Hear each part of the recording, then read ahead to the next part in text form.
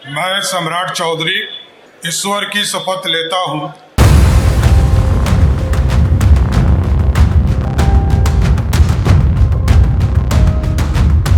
सम्राट चौधरी बिहार के नए मुख्यमंत्री के रूप में शपथ ग्रहण कर चुके हैं और बिहार में अब सम्राट युग का शुभारंभ हो चुका है। वहीं एक युग का समापन भी हुआ है।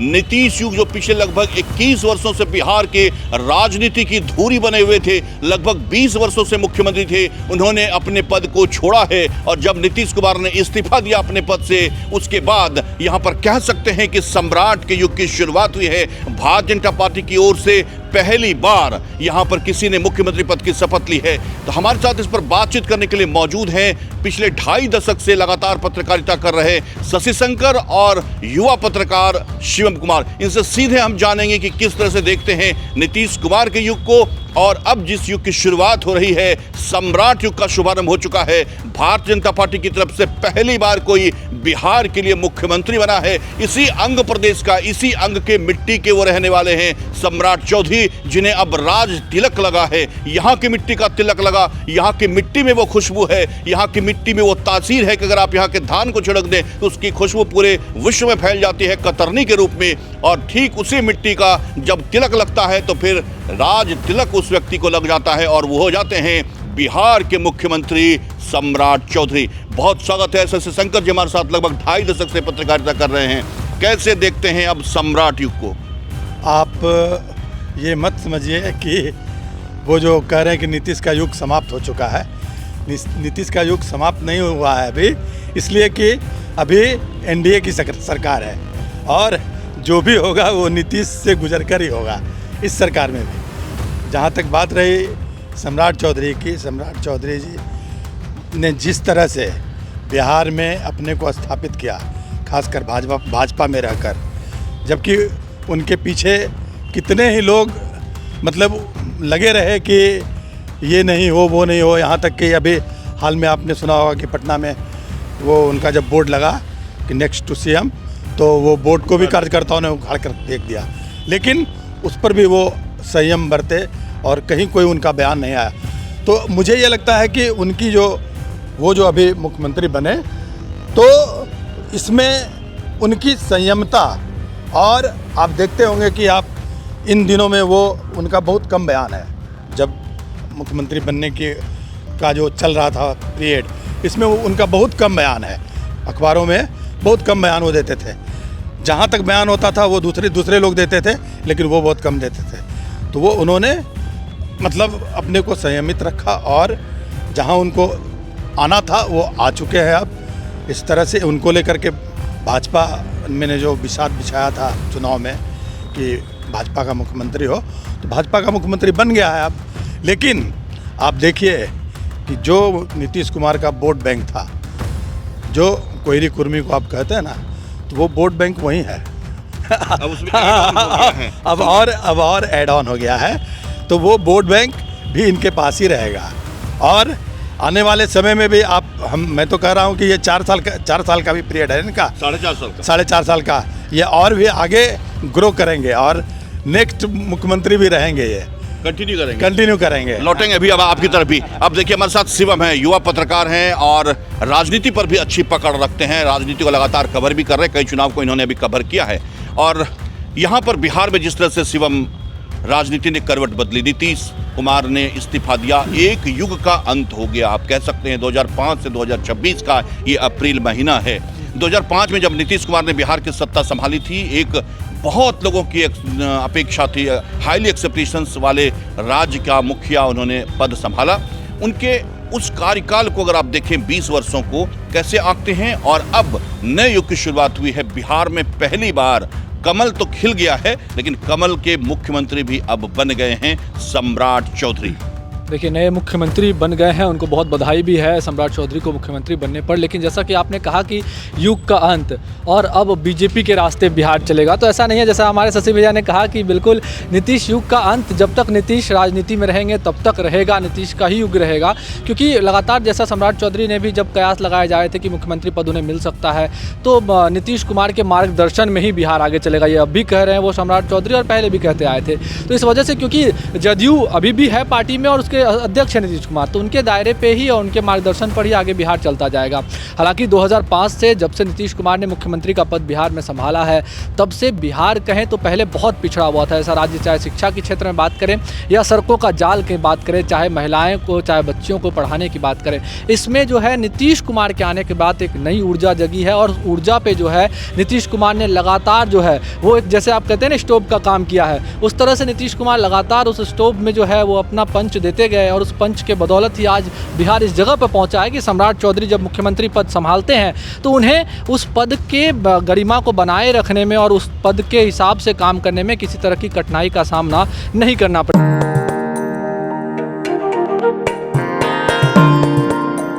अक्षय तृतीया यानी वो शुभ अवसर जब घर आती है कभी न खत्म होने वाली सुख और समृद्धि, और इस पावन पर्व की खुशियों को दोगुना करने आपके शहर भागलपुर में आ गया है कल्याण ज्वेलर्स। इस अक्षय तृतीया अपने परिवार के लिए चुने 100% BIS हॉलमार्क वाले शुद्ध सोने और शानदार हीरों के हमारे बेहतरीन डिजाइन्स, पारदर्शिता के वादे और अक्षय तृतीया के विशेष ऑफर्स के साथ आपकी हर खरीदारी बनेगी शुभ। सोने की ज्वेलरी की मेकिंग पर फ्लैट 30% का डिस्काउंट और डायमंड की मेकिंग पर फ्लैट 50% की भारी छूट दी जा रही है। तो इस अक्षय तृतीया आइए कल्याण ज्वेलर्स। हमारा पता है तिलका मांझी चौक, भागलपुर। कल्याण ज्वेलर्स, विश्वास जो पीढ़ियों तक चले।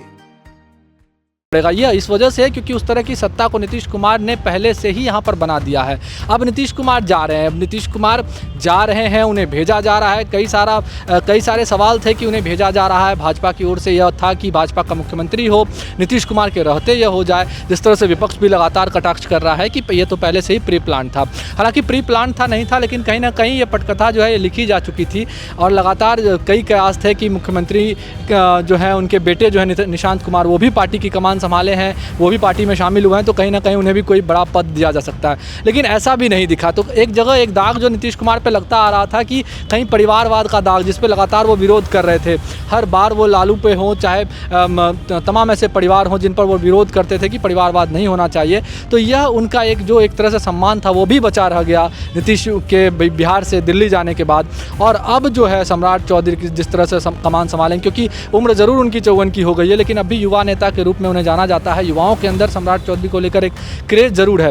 तो हम तो यही कहेंगे कि सम्राट चौधरी को युवा जो उनसे उम्मीद कर रहे हैं, उनके उम्मीद पर भी उन्हें खरा उतरना चाहिए अब जब वो मुख्यमंत्री पद की कमान संभाल चुके हैं। और कहीं ना कहीं जैसा शशि भैया ने कहा कि इन दिनों में उनका बयान जो है मुखर तौर पर सामने नहीं आ रहा था, तो कहीं ना कहीं छुपे तौर पर वो अपने आप को जो है वो रख रहे थे और वो जान रहे थे कि हमें बड़ा पद जो है वो मिल सकता है। अमित शाह भी पहुंचे थे तारापुर की धरती पर, तो उन्होंने कहा था कि आपके मिट्टी के बेटे को हमने अभी पद दिया है और आगे चल के उसको बड़ा आदमी बनाएंगे। तो कहीं ना कहीं बड़ा आदमी तो ज़रूर, अब वो बिहार के लिए बड़ा आदमी वो ज़रूर बन गए हैं। लेकिन जब सरकार बदली है, कुछ दिन पहले ही चुनाव हुआ था, नीतीश कुमार के चेहरे पे चुनाव लड़ा गया था, इन बीच में ही सरकार का बदलना, विपक्ष के द्वारा कटाक्ष भी कहीं ना कहीं जो है वो सही है कि हम जनता के द्वारा ये मुख्यमंत्री नहीं चुने गए हैं। तो इन सारे जितने भी कटाक्ष हैं उसको जो है अब सम्राट चौधरी को ही काटना होगा। सम्राट चौधरी को यह दिखाना होगा कि हम मुख्यमंत्री पद के लायक थे। हम बिहार जिस तरह से नीतीश कुमार के देखरेख में आगे बढ़ रहा था, हम उससे भी ज़्यादा तूफानी तौर पर, जिस तरह से आप कहें कि जिस तरह से नेपाल में जेनजी ने परिवर्तन ला दिया और वहाँ के प्रधानमंत्री देख रहे हैं आप किस तरह के कार्य कर रहे हैं, पारदर्शी तौर पे सारे नियमों को ला दिया है, युवाओं के लिए जो है पूरी तरह से जो है रास्ता चारों तरफ से खोल दिया। इस तरह से ही कहीं सम्राट चौधरी को भी क्रांतिकारी फैसले लेने होंगे। अभी खबर आई कि अब वो जितने भी सीनियर ऑफिसर्स हैं बिहार के, उनके साथ वो बैठक कर रहे हैं, अभी उनकी बैठक जारी है। तो ऐसे में आप देख सकते हैं कि वो CM की शपथ लेते हैं, तुरंत वो बैठकों का दौर शुरू कर देते हैं। तो कहीं ना कहीं फूल गुलदस्तों से हटकर जो है वो काम के बीच अपना पांव रख दिए हैं। तो ये कहीं ना कहीं एक शुभ संदेश बिहार के लिए देखा जा रहा है। शुभ संदेश देखा जा रहा है। देखिए, शिवम का जो कहना साफ साफ कहना है कि जो राहें हैं सम्राट चौधरी के लिए आसान नहीं है, लेकिन मुख्यतः बिहार के विकास की जो रफ्तार है उसे पटरी पर ला दिया है नीतीश कुमार ने। अब उसे अच्छे से सजाना है, संवारना है और इसकी बड़ी जवाबदेही और जिम्मेदारी मिली है सम्राट चौधरी को। अगर सम्राट चौधरी यहाँ पर पूरी तरह से पास हो जाते हैं तो फिर जैसा कि हमारे साथी शशि कह रहे हैं कि वो लंबी रेस का घोड़ा हो सकते हैं। 4.5 साल के आप कार्यकाल के रूप में उनको मत देखिए, क्योंकि अगर उन्होंने इस 4.5 साल के कार्यकाल को पूरा कर लिया तो फिर वो भी लंबी पारी खेल सकते हैं राजनीति में बिहार के मुख्यमंत्री के रूप में, क्योंकि वो मादा रखते हैं सम्राट चौधरी कि लोगों का जो हुजूम है, लोगों का जो आकर्षण है वो अपनी तरफ खींचते हैं। और सम्राट चौधरी में हाल के दिनों में बहुत मैच्योरिटी आई है, उनके बयानों से साफ दिख जाएगा, उनके हाव भाव से दिख जाएगा, और फैन फॉलोइंग भी उनकी लगातार हाल के दिनों में बहुत अप्रत्याशित रूप से वृद्धि हुई है। अब कैसे उनके सलाहकार कौन होते हैं ये देखना बहुत दिलचस्प होगा कि कैसे उनके सलाहकार की टीम होती है, क्योंकि बिहार को बेहतर बनाने की दिशा में उन्होंने कहा है कि नीतीश के ही कार्यों को आगे बढ़ाएंगे।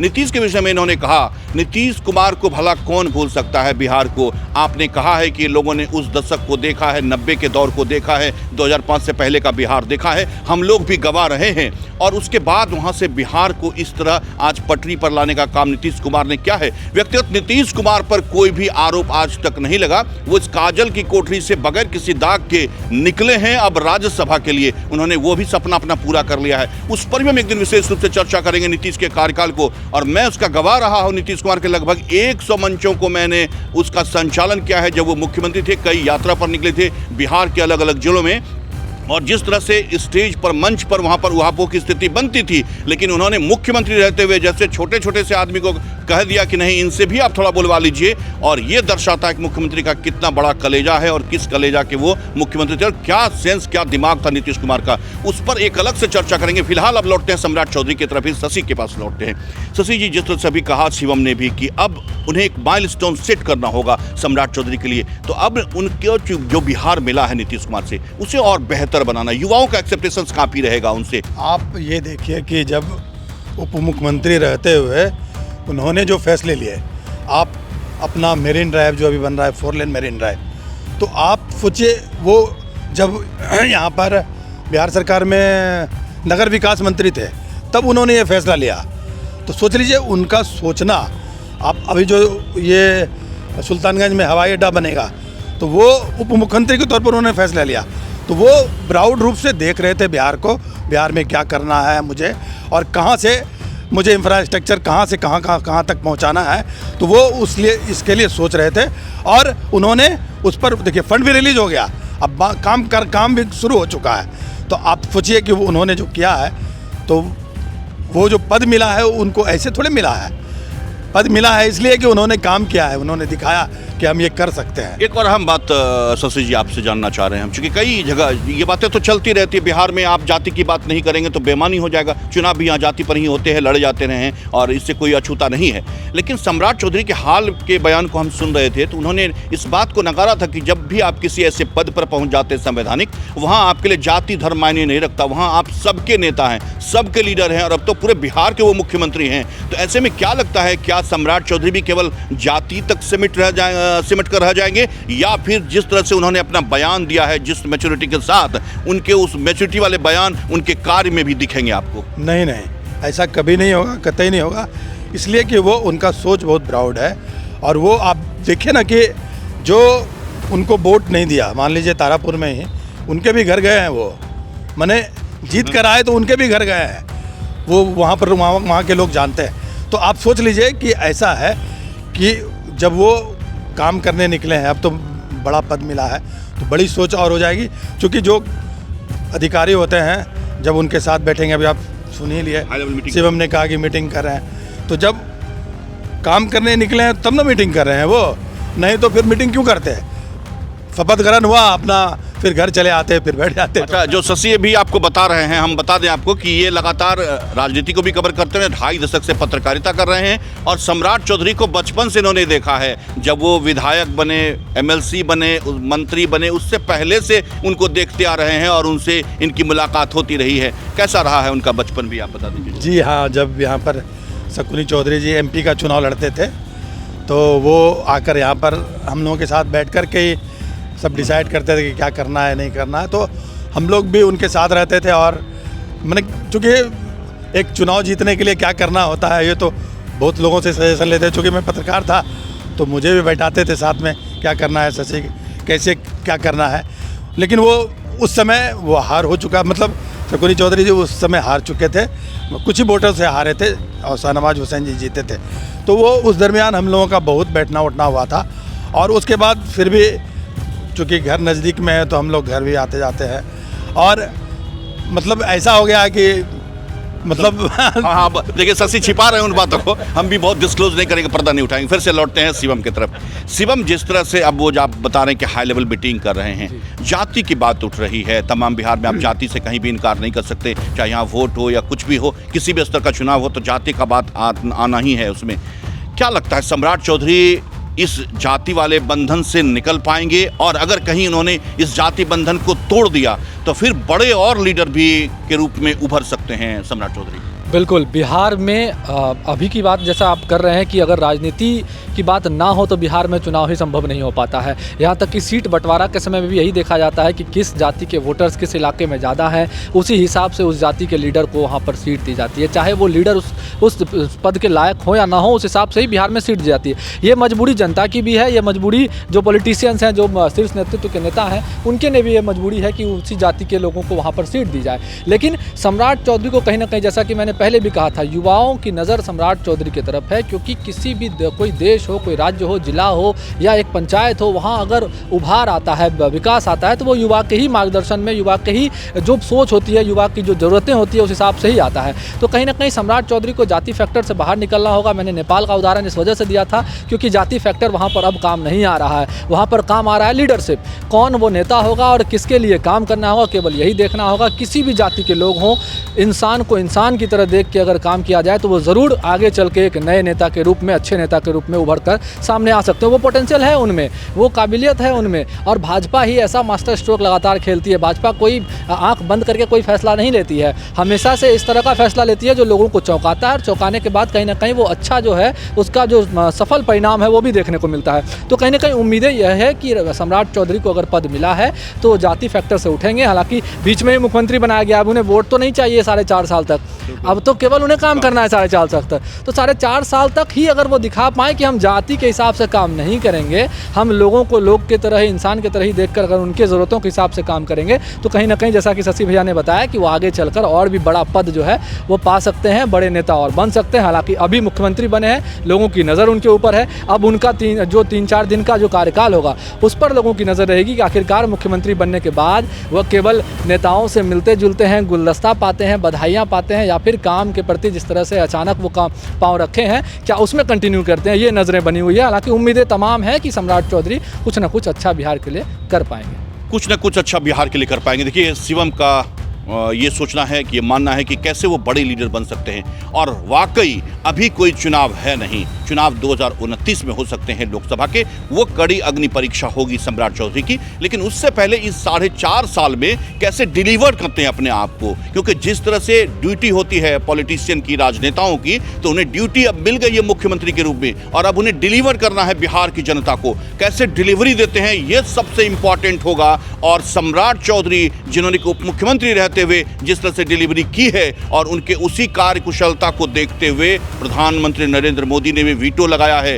बीजेपी के तमाम बड़े दिग्गज नेता चाह रहे थे कि सम्राट चौधरी नहीं बनाए, अंतिम समय तक जोर लगा रहे थे। और हमारे पास जो पुख्ता जानकारी, हम किसी का नाम नहीं ले रहे हैं इसमें, लेकिन ये बात बहुत अपने सूत्रों के हिसाब से बता रहे हैं कि बीजेपी के बहुत बड़े कद्दावर नेता इस बात पे लगे हुए थे कि सम्राट चौधरी सीएम नहीं बने। लेकिन आखिरकार उनके डिलीवर, चूंकि पब्लिक के प्रति, जनता के प्रति वो मास लीडर बन गए। सम्राट चौधरी अब केवल वो अंदर में एसी कमरों के नेता नहीं हैं, वो मैनेजमेंट वाले लीडर नहीं हैं। उनकी पकड़ जनता पर भी है और विपक्ष के तमाम नेताओं पर। अगर सम्राट चौधरी आज के दिन में भी चाह लें तो विपक्ष के किसी भी नेता को अपने पाले में खींच सकते हैं। ये मादा, ये कुमत सम्राट चौधरी में है, और इस बात को, उनके इस कार्यकुशलता को नरेंद्र मोदी ने देखा है, भांपा है। और नरेंद्र मोदी इस तरह के फैसले जब लेते हैं तो वो इन चीज़ों पर बहुत गहराई से और गंभीरता से चिंतन करते हैं कि कौन ऐसा लीडरशिप है जो केवल बयानों में नहीं बल्कि डिलीवर करके दिखाए, पब्लिक के बीच डिलीवरी करे, पब्लिक के बीच उसके प्रति उत्साह का संचार हो, वो मास लीडर हो। और सम्राट चौधरी में फिलहाल बीजेपी को वो सारे गुण नजर आए हैं, और जिसको देखते हुए उन गुणों के आधार पर ही सम्राट चौधरी की पैरवी चाहे नीतीश कुमार जितनी कर लें, लेकिन कुल मिला के उनके गुण भी उनको सामने दिखे हैं प्रधानमंत्री को, अमित शाह को, और मजबूरन उन्हें उनके उस फैसले को अडिग रहना पड़ा है कि नहीं, सम्राट चौधरी ही बिहार के नए सम्राट होंगे। और अब यहाँ के लोगों की जितनी अपेक्षाएं हैं सम्राट चौधरी से, क्योंकि अभी उन्होंने हाई लेवल मीटिंग की है, अधिकारियों के साथ कई दिशा निर्देश दिए होंगे। साथ ही एक और अपडेट बता दी कि 2 और मंत्री के रूप में उन्होंने शपथ लिया है जनता दल यूनाइटेड की तरफ से। विजेंद्र प्रसाद यादव जो बहुत अनुभवी लीडर हैं जदयू के, और विजय चौधरी संभवतः यही दोनों डिप्टी सीएम होंगे उनके, और अब देखना होगा कि विभागों का बंटवारा होता है, कब मंत्रिमंडल का विस्तार होता है, ये तमाम चीजें देखने को मिलेगी आगे आने वाले दिनों में। लेकिन फिलहाल खबर यही है कि जिस तरह से सम्राट चौधरी पर भरोसा जताया है बीजेपी के शीर्ष नेतृत्व ने, नरेंद्र मोदी ने, अमित शाह ने और उनके नए राष्ट्रीय अध्यक्ष, उनके सहकर्मी रहे नितिन नवीन ने, तो बड़ी चुनौती है सम्राट चौधरी के लिए। लेकिन जिस तरह से उन्होंने अपने आप को डिलीवर किया है, तो कह सकते हैं कि इस चुनौती को भी बहुत आसानी से और बहुत अच्छे से पार करेंगे, क्योंकि अब बिहार के लोगों की सारी उम्मीदें सम्राट चौधरी पर टिक गई है। अपने सहयोगी सुबोध के साथ मिलिंद गुंजन, टीवीएन प्रदेश, भागलपुर।